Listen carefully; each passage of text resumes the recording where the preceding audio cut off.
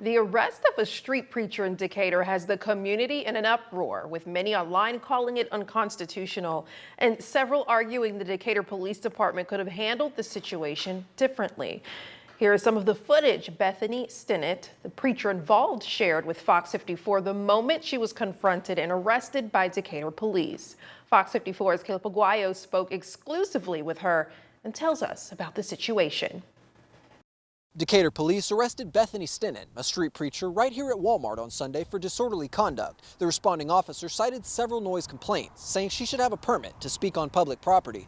I had turned off the speaker and I was trying to understand what you guys were actually saying.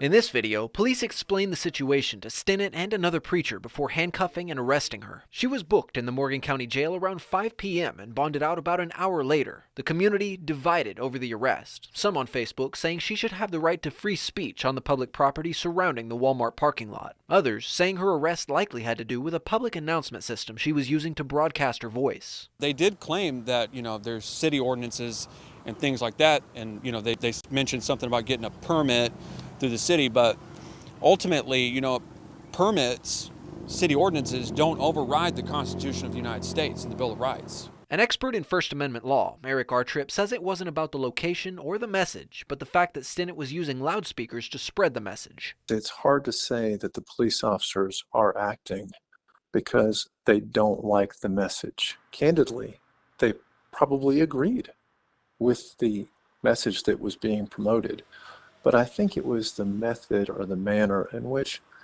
this person chose to express herself that ultimately was the issue. Stinnet describes the moment she was taken to jail, calling it persecution, but saying she was joyful the whole way there. This is what God said, how we're blessed when you're persecuted for righteousness' sake, So I was just full of joy, and it was some great things that actually happened when I got to the jail.